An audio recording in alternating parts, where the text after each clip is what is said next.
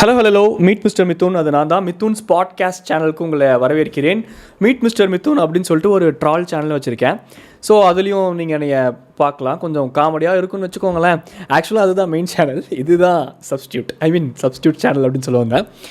இன்றைக்கி பாட்காஸ்ட்டில் நான் என்ன சொல்ல போகிறேன், என்ன பேச போகிறோம் அப்படின்னா, ஜென்ரலாக என்னோடய பாட்காஸ்ட்டை பார்க்குறவங்களுக்கு தெரியும், பார்க்காதவங்களுக்கு ஒரே ஒரு டைம் சொல்லிக்கிறேன். இது வந்து சும்மா இன்ஃபர்மேட்டிவாக இருக்கும், ஆஹா ஓஹோன்னு இருக்கும். இந்த வாய்ஸஸ்லாம் அப்படி ஏற்றி இறக்கி சூப்பர், சும்மா நார்மலாக எனக்கு என்ன தோணுதோ ஃப்ரெண்டுக்கிட்ட உட்காந்து பேசிக்கிட்டு இருக்க, ஒரு ஈவினிங் டைமில் ரொம்ப நாள் கழித்து மீட் பண்ண ஒரு ஃப்ரெண்டுக்கிட்ட சில கதைகள்லாம் பேசுவோம்ல, இப்படிலாம் நடக்குதுடா அப்படின்னு பேசுவோம்ல. அந்த கதைகளுக்கு பின்னாடி இருக்கக்கூடிய பெர்ஸ்பெக்டிவ்ஸ்லாம் பேசுகிறது தான், அதுதான் எனக்கு ஈஸி. அதுதான் நல்லாவும் வரும், எனக்கு ஜாலியாக பேசிகிட்டு இருக்கலாம். அவ்வளோதான், என்னோடய பெர்ஸ்பெக்டிவ்ஸை ஷேர் பண்ணுறது தான் இந்த பாட்காஸ்ட்டு. ஸோ நீங்கள் ஏதாச்சும் வேலையெல்லாம் பார்த்துக்கிட்டு இருக்கீங்க அப்படின்னா ஹெட்செட் போட்டு ஜாலியாக இந்த பாட்காஸ்ட்லாம் கேட்கலாம். இன்றைக்கி என்ன பேசணும்னு எனக்கு தோணுச்சுன்னா, நான் லிட்ரலாக எதுவுமே யோசிக்கல. நான் வந்து இன்ஸ்டாகிராமுக்கு ஒரு ரீல் கான்செப்ட் பண்ணலாம் அப்படின்னு சொல்லிட்டு உட்காந்துருந்தேன். அப்போ எனக்கு என்ன தோணுச்சுன்னா, சரி ஒரு பாட்காஸ்ட் பேசலாம், அந்த பாட்காஸ்ட்டில் என்ன பேசலாம்னு யோசிச்சுட்டு இருக்கும்போது இன்ஸ்டாகிராமோட ரீல் கான்செப்ட் அது என்ன யோசித்தேன் அப்படின்னா, எனக்கு ஒரு பாட்டு ரொம்ப பிடிக்கும். அந்த பாட்டு இப்போ கொஞ்சம் அண்டர் ரேட்டட், அந்த பாட்டு அழிவின் விளிம்பில் இருக்குது. ஸோ அந்த பாட்டை வச்சு ஏதாச்சும் ரீல்ஸ் பண்ணலாம் அப்படின்னு யோசிக்கும்போது, ஒரு விமன் பெர்ஸ்பெக்டிவ்லேருந்து ஒரு லவ்னா என்ன அப்படிங்கிறத அந்த பாட்டை வச்சு ஒரு கான்செப்டாக பண்ணலான்ட்டு இன்ஸ்டாகிராமுக்காக ஒரு ரீல்ஸ் மாதிரி ஒன்று யோசித்தேன். அது என்ன பாட்டு, என்ன கான்செப்ட் அப்படின்னா, அது கான்செப்ட்டும் வந்து சும்மா இன்ஸ்டாகிராமுக்காக ரீலுக்காக கான்செப்டுக்காக பண்ணணுன்ட்டு நான் பண்ணல. அது நான் பேசிக்காகவே இப்படி பண்ண மாட்டேன். எதுக்கு நான் இப்போ ஹெட்செட் போட்டிருக்கேன், அந்த கான்செப்ட் என்னென்னா, விமன் இன் லவ். ஒரு பொண்ணுனால் ஒரு பையனை எந்த அளவுக்கு ஒரு பொண்ணு ஒரு பையனை லவ் பண்ணியிருந்தா இந்த லைன்ஸ் அவரை எழுதியிருக்க முடியும் அப்படின்னு சொல்லிட்டு தான் அந்த பாட்டை நான் ப்ளே பண்ணேன். அப்புறம் அதுக்கப்புறம் சில வேர்ட்ஸ்லாம் பேசி அந்த ரீல்ஸை ஒரு ஒரு இதுக்குள்ளே கன்ஃபைன்டாக அந்த ரீல்ஸை முடிச்சிட்டேன். ஆனால் ஓவரால் கான்செப்ட் என்னென்னா, விமன் இன் லவ் அப்படிங்கிறது தான் கான்செப்ட்டு. அந்த பாட்டு என்ன அப்படின்னு சொன்னால் உங்களுக்கு தெரியும். மேபி நிறைய பேர்த்துக்கு தெரியாது, சில பேர்த்துக்கு தெரியறதுக்கான வாய்ப்பு இருக்குது. நிறைய பேர்த்துக்கு தெரில அப்படின்னா நான் இப்போ இந்த சொன்னதுக்கப்புறம் அந்த பாட்டை போய் நீங்கள் பாருங்கள். அதில் வர அந்த லைன்ஸ் எல்லாம் கேளுங்க. ஒரு பொண்ணு ஒரு பையனுக்காக பாடுற மாதிரி இருக்கும். ஆக்சுவலாக சீன்ஸ் வைஸ் ஆப்போசிட்டாக இருக்கும். அந்த பையன் ஃபஸ்ட்டு ப்ரப்போஸ் பண்ணியிருப்பான், இந்த பொண்ணு வந்து ஒரு டைலாமாவில் இருக்கும். எனக்கு பிடிச்சிருக்கு, ஓகே சொல்லாமல் வேண்டாமான்னு சொல்லிட்டு கொஞ்சம் கன்ஃபியூஸ்டு ஒரு ஸ்டேட்டில் இருப்பாங்க. ஆனால் அந்த பாட்டோட லிரிக்ஸ் வந்து அப்படியே ஆப்போசிட்டாக இருக்கும். அந்த பொண்ணோட பாயிண்ட் ஆஃப் வியூலேருந்து அந்த பாடுற மாதிரி இருக்கும். நான் எப்படி அதை எடுத்துக்கிட்டேன் அப்படின்னா, அந்த பையன் தான் வந்து ப்ரப்போஸ் பண்ணியிருக்கான், பட் இருந்தாலும் எனக்குள்ளே உன் மேலே இவ்வளோ லவ் இருக்குது, அதை நான் உடனே உங்ககிட்ட காட்ட மாட்டேன். நான் அதை தேக்கி வச்சு இவ்வளோ நாள் நான் ஏங்கிக்கிட்டு இருந்தேன், நீ எப்படா வந்து என்கிட்ட சொல்லுவேன்ட்டு. எனக்குள்ளே இவ்வளோ லவ் இருக்குது, அந்த லவ்வோட ரெப்ரசன்டேஷன் தான் அந்த பாட்டு. நான் வந்து சொல்கிறதுக்கு முன்னாடி நீயே வந்து சொல்லிட்டேன் அப்படிங்கிற மாதிரி தான் அந்த வீடியோவில் நான் அப்படி தான் புரிஞ்சுக்கிட்டேன். ஏன்னா வீடியோவில் கொஞ்சம் கான்ட்ராஸ்ட்டாக இருக்கும். அந்த பையன் ப்ரப்போஸ் பண்ணியிருப்பான், பையன் வெயிட் பண்ணிக்கிட்டு இருப்பான், அந்த பொண்ணு டைலாமாவில் இருக்கும். பாட்டில் வந்து அந்த பொண்ணு ப்ரப்போஸ் பண்ண மாதிரியும் அந்த பொண்ணு ஒரு பையனோட காதலுக்காக இயங்குற மாதிரியும் இருக்கும். ஸோ அதை நான் இப்படி புரிஞ்சுக்கிட்டேன். அதாவது பேசிக்காகவே சைக்காலஜிக்கலாக கேர்ள்ஸுக்கு வந்து இது வந்து ஒரு ஃபேக்ட். இது வந்து நான் இந்த ஃபேக்ட்டு சொல்கிறனால நான் யாரையுமே கம்மியாக வச்சு பேசுகிறேன் அப்படி இல்லை. இது நார்மலான ஃபேக்ட் தான். இது என்னென்னா, பேசிக்காகவே கேர்ள்ஸுக்கு வந்து அந்த அவங்களாம் இனிஷியேட் எடுத்து வந்து சொல்ல மாட்டாங்க. அவங்களுக்கு ஒரு பையன் பிடிச்சிருந்தாலும் அவங்களுக்கு வந்து அது பிடிக்கும். அவங்கள இவனை அலைய விடணும் அப்படிங்கிறது அவங்களுக்கு பிடிக்கும். அது இயல்பு தான், அது நல்லது தான். அதை நான் ஒரு மாதிரி க்யூட்டாக தான் பார்க்குறேன். ஸோ அந்த ஆஸ்பெக்டில் நான் உங்ககிட்ட சொல்கிறேன். பொண்ணுங்க வந்து அவ்வளோ சீக்கிரத்தில் லவ் சொல்ல மாட்டாங்க. அதையும் தாண்டி பொண்ணுங்க வராங்க, லவ் சொல்கிறாங்க அப்படின்னா வேறு சில ஜென்யூன் ரீசன்ஸ்னால அந்த பையன் வேண்டான்னு சொல்கிறானே வச்சுப்போம். ஆனால் அதுக்கப்புறமும் அந்த பொண்ணு ஒரு ஸ்டாண்ட் எடுக்கிறாள். அந்த ஒன் சைடு லவ் இருக்குல்ல, உன் மேலே நான் இவ்வளோ லவ் வச்சுருக்கேன்டா, இது புரிஞ்சுக்கோடான்னு அந்த பொண்ணு உள்ளுக்குள்ளே ஒரு ஏக்கம் இருக்குல்ல, அந்த ஏக்கத்தோட ரெப்ரசன்டேஷன் தான் அந்த பாட்டு. அதை தான் நான் அப்படி பார்க்குறேன். ஆனால் இதை இவ்வளோ பெருசாக ரீல்ஸில் சொல்லி புரிய வைக்க முடியாது அப்படின்னு சொல்லிட்டு ரீல்ஸில் வேறு மாதிரி கன்வே பண்ணியிருப்பேன். ஆனால் அதோட ஓவரால் கன்விக்ஷன் இதுதான். இதுதான் நான் சொல்ல வரேன். ஏன்னா விமன் இன் லவ்ங்கிறது நம்ம நிறையா பேசியிருக்கோம், நிறையா தெரியும். லவ்னாலே அது ஒரு நான் சிம்பாலிக்காக கூட இட் ரெப்ரசன்ட்ஸ் விமன் தான். மேக்ஸிமம் நம்ம சொசைட்டின்னு இல்லை, ஓவராலாகவே அது அப்படி, உலகம் முழுக்கவே அது அப்படி தான். மதர் எர்த்துன்னு தான் சொல்கிறோம், இந்தியா தாய் அப்படி தான் சொல்கிறோம். ஸோ அந்த லவ் அப்படின்னாலே it is associated with girls. But இன்றைக்கி டாப்பிக்கில் நான் என்ன பேசணும்னு நினச்சேன்னா, மென் இன் லவ். இந்த ஒரு ஸ்டேட்மெண்ட் கொஞ்சம் அண்டர் ரேட்டட் தான். இது எனக்கு ரொம்ப பிடிச்ச ஒரு statement, men in love. As a மென்னாக சில பெர்ஸ்பெக்டிவ்ஸ், சில விஷயங்கள் ஜென்யூனாக நான் உங்ககிட்ட ஷேர் பண்ணணும்னு நினைக்கிறேன். இந்த பாட்காஸ்ட் நீங்கள் கேட்டு முடிக்கும்போது உங்களை சுற்றி இருக்க மென் இருக்காங்கல்ல, உங்கள் கணவராக இருக்கலாம், உங்கள் அப்பாவாக இருக்கலாம், அவங்கள எப்படி சொல்கிறது, நம்ம வீட்டில் தான் இருப்போம், ஆனால் நம்ம பேரை கூப்பிட்டு தானே திரும்பி பார்ப்போம். அந்த மாதிரி டக்குன்னு உங்களுக்கு அவங்கள பார்க்க தோணும். மேபி இந்த பாட்காஸ்ட் முடிஞ்சதுக்கப்புறம் மேபி உங்களுக்கு தோணலாம், இல்லை மென் இன் லவ், நம்மளை இப்படிலாம் பார்த்துக்கிறாரு, கரெக்டாக தான், இல்லை கரெக்ட் இப்படி தான் இருப்பாங்க போல் மென் இன் லவ் அப்படின்னு மேபி உங்களுக்கு புரியலாம். ஸோ இந்த பாட்காஸ்ட்டை ஃபுல்லாக கேளுங்க. இதுக்கு பின்னாடி ஏதாச்சும் சம்பவங்கள் இருக்கா, ஏன்னா நான் எப்பவுமே ஒரு ஸ்டோரி சொல்லி அதுலேருந்து சொல்லுவேன். எனக்கு அந்த மாதிரி ஸ்டோரியில் எதுவுமே இல்லை, சும்மா பேசலான்னு உட்காந்துட்டேன்.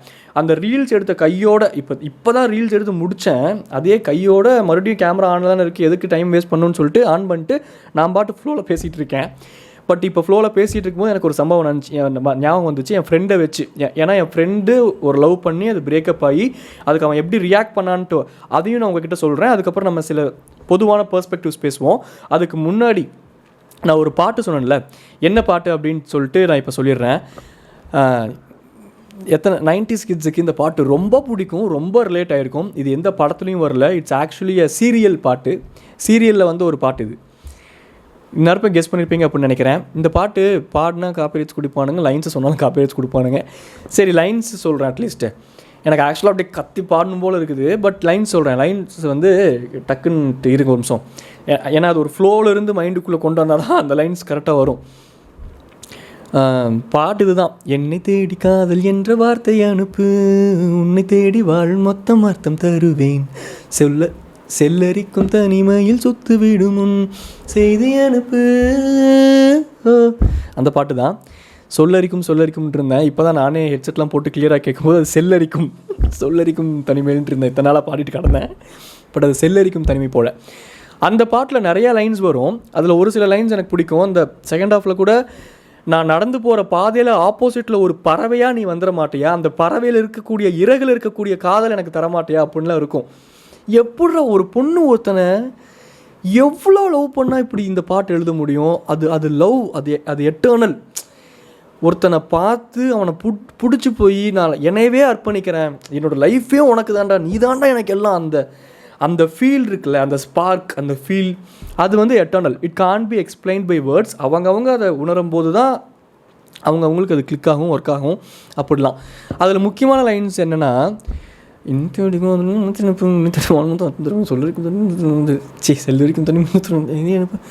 யாரோ உன் காதலில் வாழ்வது யாரோ, உன் கனவினில் நினைவது யாரோ, என் தனிமையின் சலனை தீர்த்திட வாராயோ, அப்படிலாம் தான் வரும். அதான், யாரோ உன் காதலில் வாழ்வது யாரோ, உன் கனவினில் நிறைவது யாரோ, என் தனிமையின் சலனங்கள் தீர்த்திட வாராயோ அப்படின்ட்டு இருக்கும். ஒரு பொண்ணு பாருங்கள் எப்படி ஏங்குறான்ட்டு, நான் லவ் பண்ணுறவனைய, ஆனால் இப்போ உன் லைஃப்பில் யார் இருக்கான்னு தெரில, நீ வேறு யாரையாச்சும் நினச்சிக்கிட்டு இருக்கியான்னு தெரில, உன் கனவுல வேறு யாராச்சும் வருவாளோங்கிற அந்த ஒரு ஏக்கம், அந்த ஒரு பொசசிவ்னஸ், அந்த ஒரு ஒன் சைடு லவ் இருக்குல்ல, வாட் அ ஃபீல், அடிச்சுக்கலாம், சான்ஸே கிடையாது. ஒன் சைடு லவ் தான். அதுவும் ஃப்ரம் அ கேர்ள்ஸ் பெர்ஸ்பெக்டிவ் அந்த பாட்டு இருக்குமா, ஐயோ என்ன அந்த காதல் தர நெஞ்சம் காத்து இருக்கு, காதலிக்கு அங்கே நேரம் இல்லையா, நிலையை போனின் இதயம் தவறி விழுதே. அப்புறம் பூக்கள் உதிரும் சாலை வழியே பேசி செல்கிறேன், மரங்கள் கூட நடப்பதை போல நினைத்து கொள்கிறேன். அப்படி தான் வரும்னு நினைக்கிறேன். ஏன்னா இந்த பாட்காஸ்ட் பேசும்போது இப்போ என்னை சுற்றி யாருமே இல்லை. இப்போது என்னை சுற்றி ஒருத்தர் 2 பேர் இருந்தால் கூட நான் ரொம்ப ஆக்வர்டாக ஃபீல் பண்ணியிருப்பேன், இந்த லைன்ஸ் இப்படி பாடியிருக்க மாட்டேன். இப்போ நான் ரொம்ப கம்ஃபர்டபுளாக ஃபீல் பண்ணுறதுனால நான் பாடிட்டேன். அது வீடியோவில் கன்வே ஆகும்போது எனக்கு புரியுது, கிரிஞ்சாக இருக்கிறதுக்கு நிறைய வாய்ப்புகள் இருக்குது. ஸோ அந்த கிரிஞ்ச் அட்டாக்கு ஐம் சாரி. சரி, ஓகே, இதுதான் கான்செப்ட்டு. ஒரு பொண்ணோட பெர்ஸ்பெக்டிவ்லேருந்து இவ்வளோ அழகாக இருக்குல்ல அந்த காதல், அதை பார்த்து நான் இன்னைக்கு காலை வியந்துக்கிட்டு இருந்தேன். அந்த பாடல்கள் இருக்கக்கூடிய அந்த வரிகளில் என் லைஃப்பில் கனெக்ட் பண்ணக்கூடிய மூமெண்ட்ஸை வச்சு நான் அந்த பாட்டை என்ஜாய் பண்ணேன், நான் அந்த பாட்டை ஃபீல் பண்ணேன், அந்த பாட்டு கூட சேர்ந்து வாழ்ந்தேன். கொஞ்ச நேரம் இன்னைக்கு காலையிலலாம் அதை கேட்டு அதை அவ்வளோ ரசித்தேன். அப்படிங்கிறத இப்படி சொல்ல வரேன் நான். ஏன்னா உங்களுக்கே தெரியும், ஆப்வியஸாக நீங்களும் ஃபீல் பண்ணியிருப்பீங்க, சில பாடல்கள் they are not meant to be heard. ஏன்னா they are associated with memories இல்லையா. சில பாடல்கள் புதுசாக கேட்கும் போதும் சில லைன்ஸ் டக்குன்னு அந்த மெமரிஸை ட்ரிகர் பண்ணி விட்டுரும். Which can be beautiful, which can be harmful. அந்த மெமரிஸ் எப்படி வேணாலும் இருக்கலாம், ஒஸ்ட்டாக கூட இருக்கலாம். பட் அந்த ஒஸ்ட்டுன்னு நம்ம நினைக்கக்கூடிய மெமரிஸ் கூட after a period of time நம்ம நினச்சி பார்க்கும்போது இப்படிலாம் நம்ம பண்ணோம்ல, அது ஒரு காலம் அப்படின்னு சிரிப்போம். ஸோ இந்த உலகத்தில் ஒஸ்ட்டு பெஸ்ட்டுலாம் எதுவுமே கிடையாது, அது வேறு விஷயம், விட்டுருங்க. சரி, coming to that men's point of view, men's perspective, men in love. இந்த ஸ்டேட்மெண்ட் கொஞ்சம் அண்டர் ரேட்டட் தான். ஏன்னா மேக்ஸிமம் ஜென்ரலாகவே மென்னை இங்கே யாரும் மதிக்கிறதும் கிடையாது, ரெகக்னைஸும் பண்ணுறது கிடையாது, நாங்கள் அதை எதிர்பார்க்குறதும் கிடையாது. எதிர்பார்த்தோம் அப்படின்னா அது டிசப்பாயின்மெண்ட் தான். பட் இது பேசிக்காக இப்போது நான் பர்சனலாக எனக்குன்னு சொல்லிட்டு தனிப்பட்ட கேரக்டரிஸ்டிக், நான் ஒரு சுயம் தனிப்பட்ட ஆள் தான். பட் ஆஸ் எ மென்னாக சில விஷயங்கள் ஓவராலாக எனக்கு மென் கேரக்டரிஸ்டிக்ஸ்ன்னு இருக்கும்ல, அதை வச்சு என்னால் சொல்ல முடியும். அதனால் இவ்வளோ ஸ்ட்ராங்காக சொல்கிறேன். Maximum of the men we don't expect happy men's day, ஒரே மூடில் தான் இருப்போம். ஹாப்பி மென்ஸ் டே சொல்லலை, அப்பயும் ஒரே மூடில் தான் இருப்போம். Happy birthday thanks, not happy birthday wish பண்ணலையா. இப்போது என்னோட 2 க்ளோஸ் ஃப்ரெண்ட் இருக்கான்னு வச்சுக்கோங்களேன். இது ஹவ் இட் ஒர்க்ஸ்ன்னு நான் சொல்கிறேன். மென் பொறுத்த வரைக்கும் எனக்கு 2 க்ளோசஸ்ட் ஃப்ரெண்ட் இருக்கான். ஒருத்தர் நைட்டு 12 மணிக்கு கால் பண்ணி டான் விஷ் பண்ணிட்டான் ஒரு பையன். இன்னொரு பையன் எனக்கு மறந்துட்டான் எனக்கு பர்த்டேங்கிறது. நான் கேட்டுக்கல, அவனும் இது பண்ணல, அவன் மறந்துட்டான். அடுத்த நாள் தான் அவனுக்கு ஞாபகமே வருது, டேய் நேத்தும் ஐயோ ட்ரீட் வை அப்படின்னு அவன் போயிடுவான். அவன் பர்த்டே விஷஸ் கூட சொல்ல மாட்டான்னு வைங்க, அது வேறு விஷயம். ஆனால் இப்போ இவன் எனக்கு டானு பர்த்டே விஷ் பண்ணிட்டான், இவனும் எனக்கு ஈக்குவல் ஃப்ரெண்டு தான், நீ எனக்கு விஷ் பண்ணவே இல்லை அப்படிங்கிற அந்த தாட்டு இம்மி அளவு கூட எங்களுக்கு வராது. நீ விஷ் பண்ணலையா, விஷ் பண்ணலையா, அவள் தான். This is how we react. எங்களுக்குள்ளே அது மட்டும் விஷ் பண்ணுறான், நெக்ஸ்ட்டு பர்த்டேக்கு உனக்கு 12 மணிக்கு நம்ம விஷ் பண்ணணும், இவன் ஏன் விஷ் பண்ணவே இல்லை, ஓ அப்போ அன்னைக்கு இந்த மேட்ரு நடந்துச்சுல அதனால தான், ஓ கணக்கு பார்க்குற, எதுவுமே எங்களுக்கு வராது. மேக்ஸிமம் நான் சொல்கிறது மேக்ஸிமம் வராது. பட் அதையும் தாண்டி சம்டைம்ஸ் வரும், ஃப்ரெண்ட்ஸ்குள்ளே மிஸ் அண்டர்ஸ்டாண்டிங்ஸ் எல்லாம் இருக்கும். அதெல்லாம் வந்து எக்ஸ்ட்ரீமுக்கு போகணும். அந்த எக்ஸ்ட்ரீமுக்கு போனால் தான் அந்த மிஸ் அண்டர்ஸ்டாண்டிங்கு அந்த சண்டை அது முத்தும். இப்போ ஃபார் எக்ஸாம்பிள் சொல்லணும்னா, நாங்கள் டர்ஃப் விளாடுவோம். நாங்கள் இப்போ சாட்டர்டே சண்டேலாம் விளாண்டுட்டு தான் இருக்கோம். இன்னும் இப்போ தான் அந்த கேங் கூட நல்லா கம்ஃபர்டபுள் ஆகிட்டு இருக்கேன். இன்னும் கம்ஃபர்டபுளாக ஆனால் விளாக்ஸ்லாம் எடுக்கலாம். அப்போ நான் உங்களுக்கு காட்டுறேன், விளாக் எடுத்துலாம். அப்படி அடிச்சு போனுங்க. அதுவும் 2 பேர் இருக்காங்க, பாலாஜி ரமேஷ். அடிச்சு போனுங்க, அடிச்சு நவுத்துவானுங்க. எனக்கு வந்து அது கேம். என்னையை பொறுத்த வரைக்கும் சொல்கிறேன், எனக்கு 3 மணி நேரம் அங்கே போகிறோம்னா டைம் ஸ்பெண்ட் ஆகுது, டைம் ஸ்பெண்ட் பண்ணுறேன், நான் எனர்ஜெட்டிக்காக இருக்கேன், ஜாலியாக இருக்கேன்.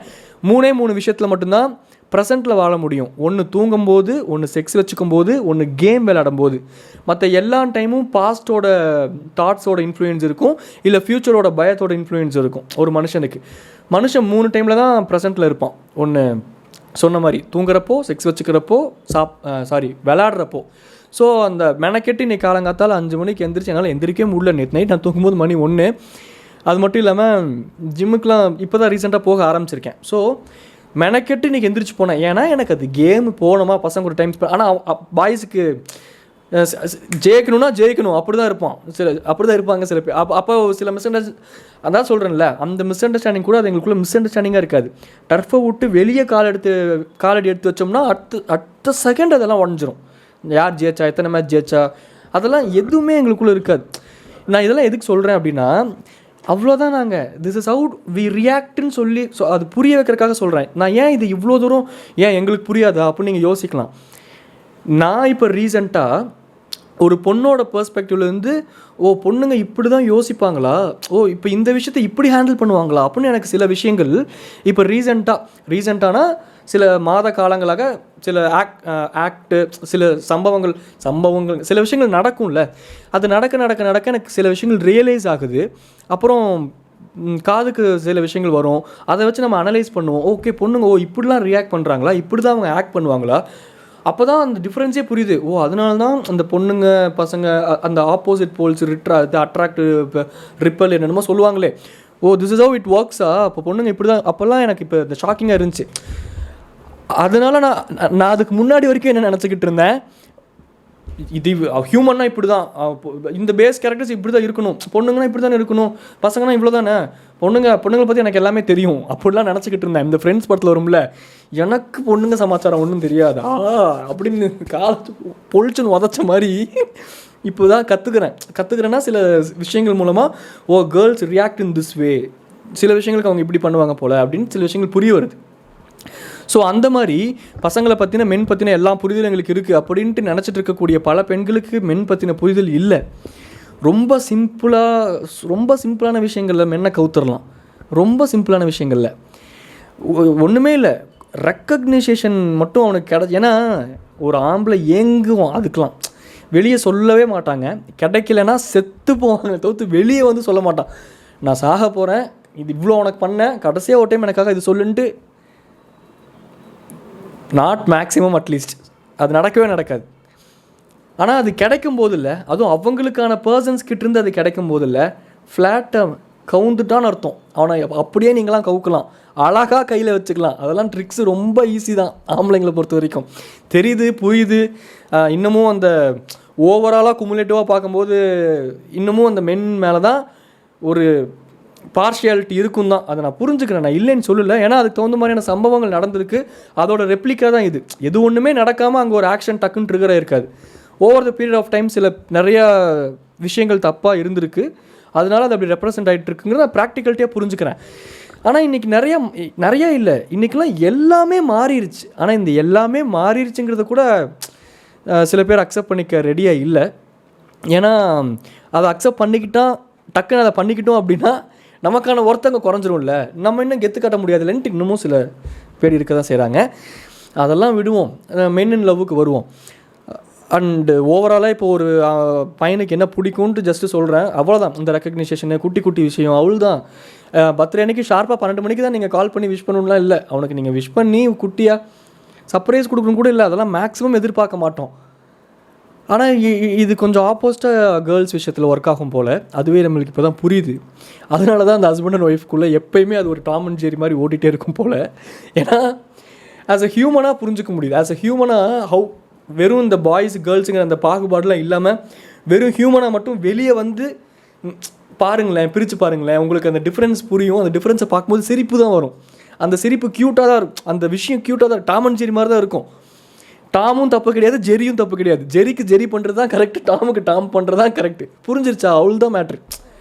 ஸோ டாமுக்கு தகுந்த மாதிரி சில நேரங்களில் ஜெரியும், ஜெரிக்கு தகுந்த மாதிரி பல நேரங்களில் டாமும் அட்ஜஸ்ட் பண்ணி போகிறது தான் கல்யாண வாழ்க்கை.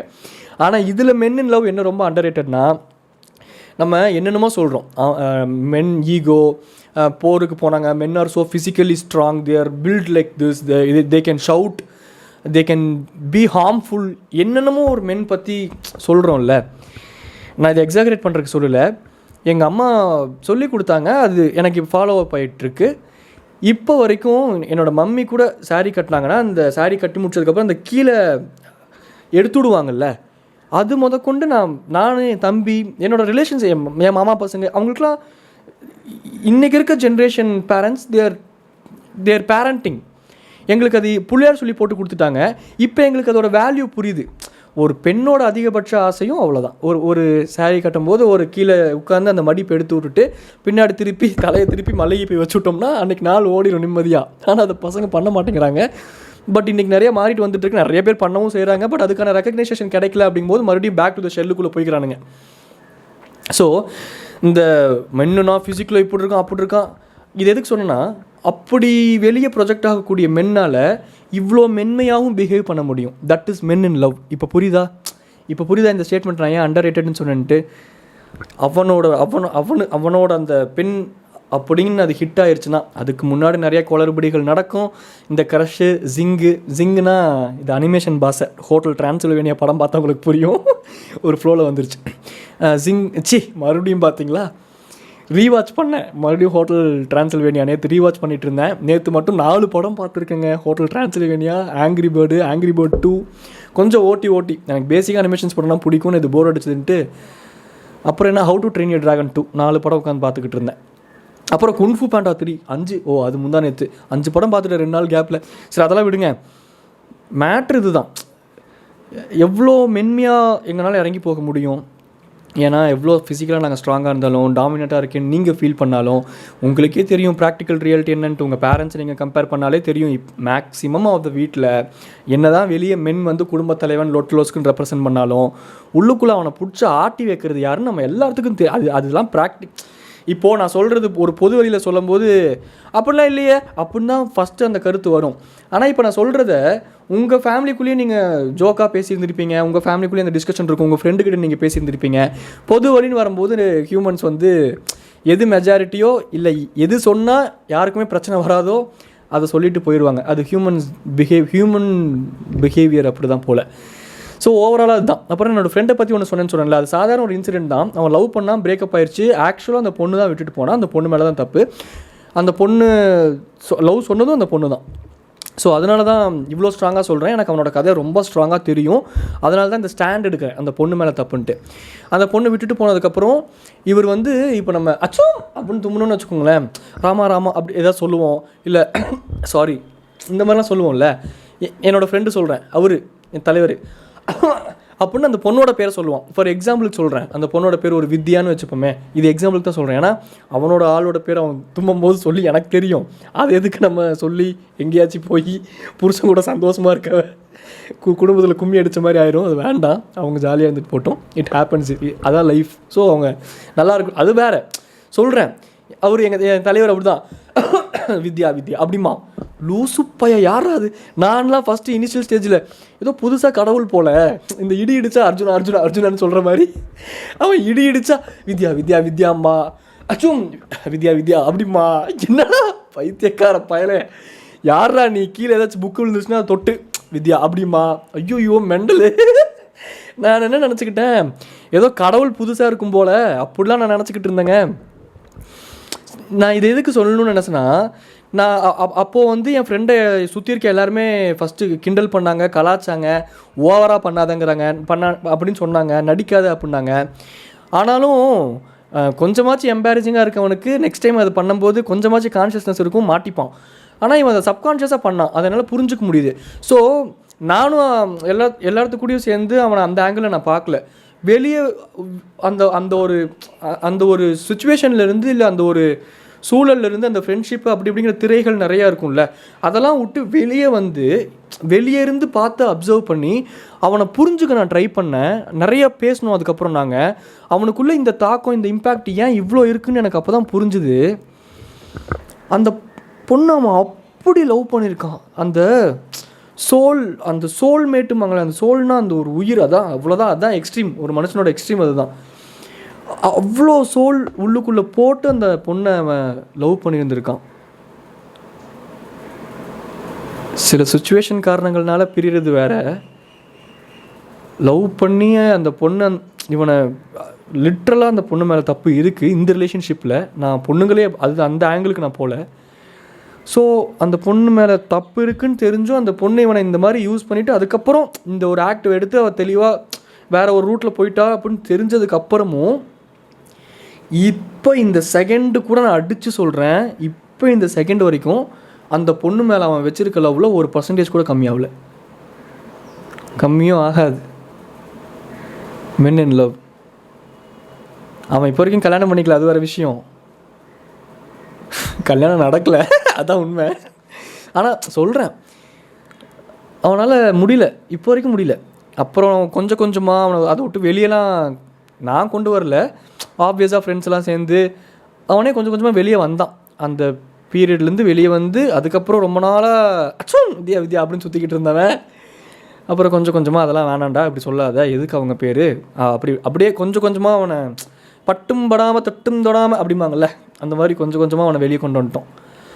பட் சொல்கிறேன், அவ்வளோ எங்களால் லவ் பண்ண முடியும். இப்போ நான் அதை அவனை வச்சு சொல்கிறேன் அப்படிங்கிறனால, இப்போ நான் அப்படி எனக்கே நிறைய கதைகள் இருக்குது. நான் என்னோடய ஸ்டோரியை வச்சு நான் சொன்னேன்னா அது நான் என்னையை பற்றி ரொம்ப ஆப்வியஸாக பெருமை பீத்துற மாதிரி இருக்கும். ஒரு ஃப்ளோவில் போக போக இது நடந்துச்சுங்க, இதனால் இப்படி யோசிச்சேன்னு சொல்கிறது வேறு. But as a men in love, what I did இப்போ வரைக்கும், நான் வாட் ஐ ஃபீலுங்கிறத நான் சொன்னேன்னா அது ரொம்ப பெருமை பேசுகிற மாதிரி இருக்கும் ஒன்று. ஆனால் ஓவராலாக மென் அப்படி தான், அது அவ்வளோ லவ் வச்சிட்டோன்னா வச்சது தான். ரெண்டாவது, அவனுக்கு லவ்வே இல்லை, எக்ஸ்ப்ரெஸ்ஸே பண்ண மாட்டேங்கிறான்டி, சும்மா கலாய்க்கிறதுக்கு தான் லாய்க்கு, சும்மா கிண்டல் பண்ணுறதுக்கு தான் இவனால் லாய்க். That is our love language.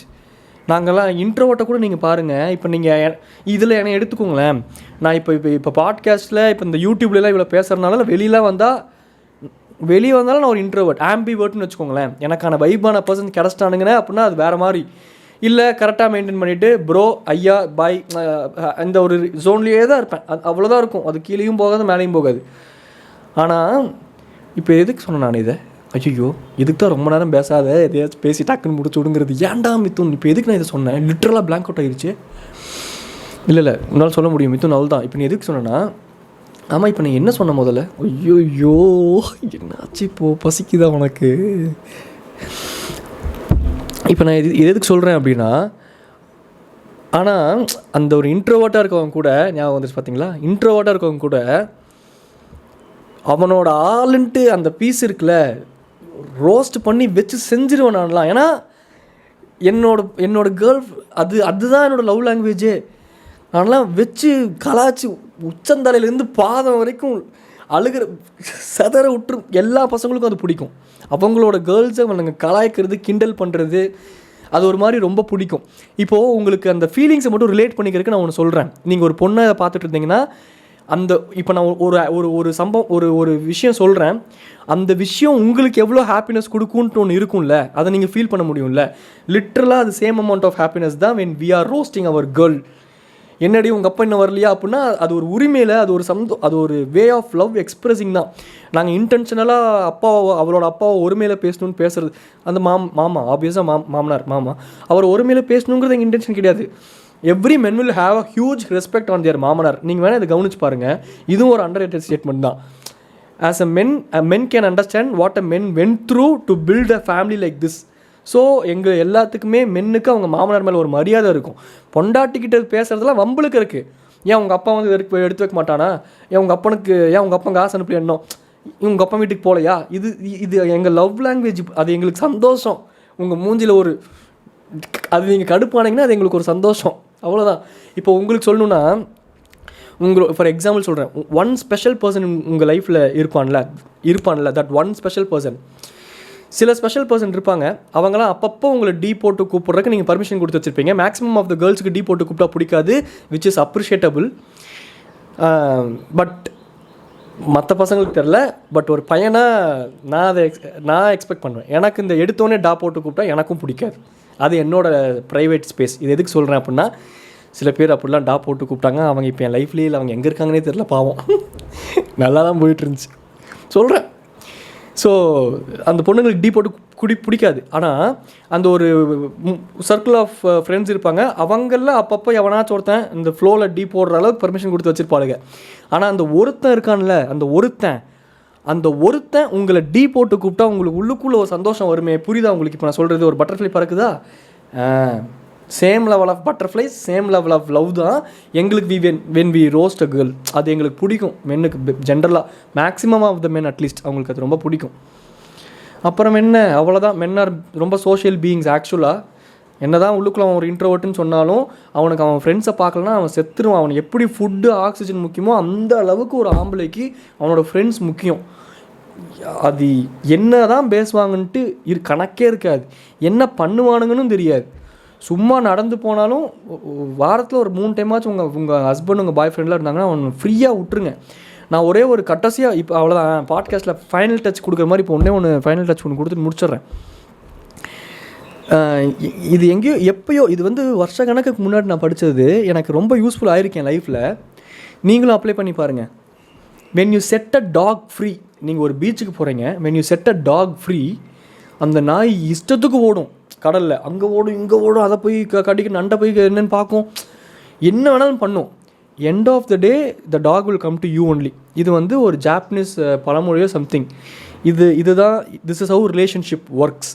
ஒரேடியாக அவுத்து விட்டிங்கன்னா ஓடிடும். That it should be balanced. But it works. இது இப்படி தான் ஒர்க் ஆகும். இப்படி பிடிச்சி வைக்கணும்னு நினச்சிங்கன்னு வச்சுக்கோங்க, இப்படி பிச்சுக்குன்னு போயிடும். இப்படி பிச்சுக்குன்னு போகணும்னு நினைக்க வேண்டாம். நீங்கள் இயல்பாக இங்கே இருந்தீங்கன்னா அதுவே கொஞ்சம் கொஞ்சமாக சில ஆக்ட்ஸ் மூலமாக, சில இன்சிடென்ட்ஸ் மூலமாக, சில வார்த்தைகள் மூலமாக அப்படியே பக்கத்தில் வந்து இயல்பாக ஒன்று நடக்கும். அதெல்லாம் ஃபீல் பண்ணணும். அதுக்கு முதல்ல நம்ம பொறுமையான வாழ்க்கையை வாழணும். இன்றைக்கி எங்கே பாட்காஸ்ட் பேசும்போதே 10 நடிச்சிட்டானுங்க கொயான்ட்டு, எல்லாத்துலேயும் டென்ஷனு, ரஷ்ஷு கிஷ்ஷு, எதை பண்ணாலும் ஃபீல் பண்ணி பண்ணுறது கிடையாது. இன்றைக்கி அப்படி ஆயிடுச்சு, என்ன பண்ணுறது? அவ்வளோதாங்க ஓவராலாக. அவ்வளோதாங்க. இந்த தனுஷ், இந்த கருணாஸ் தனுஷும் யாருன்னு நீ மோகினி படத்தில் சொல்லுவார்ல, அந்த மாதிரி ஆயிடுச்சு நிலைமை. மென் இன் லவ். அவ்வளோதாங்க. இதை தாங்க ரொம்ப நேரமாக சொல்ல வந்தேன். நாங்களும் கொஞ்சம் உண்மையாக டீப்பாக லவ் பண்ணக்கூடிய ஆளுங்க தாங்க. அவ்வளோதான் மேட்ரு. இதை தான் சொல்ல வந்தேன். இப்படிக்கு வாசு இல்லை மித்தூன். டாடா பாய்.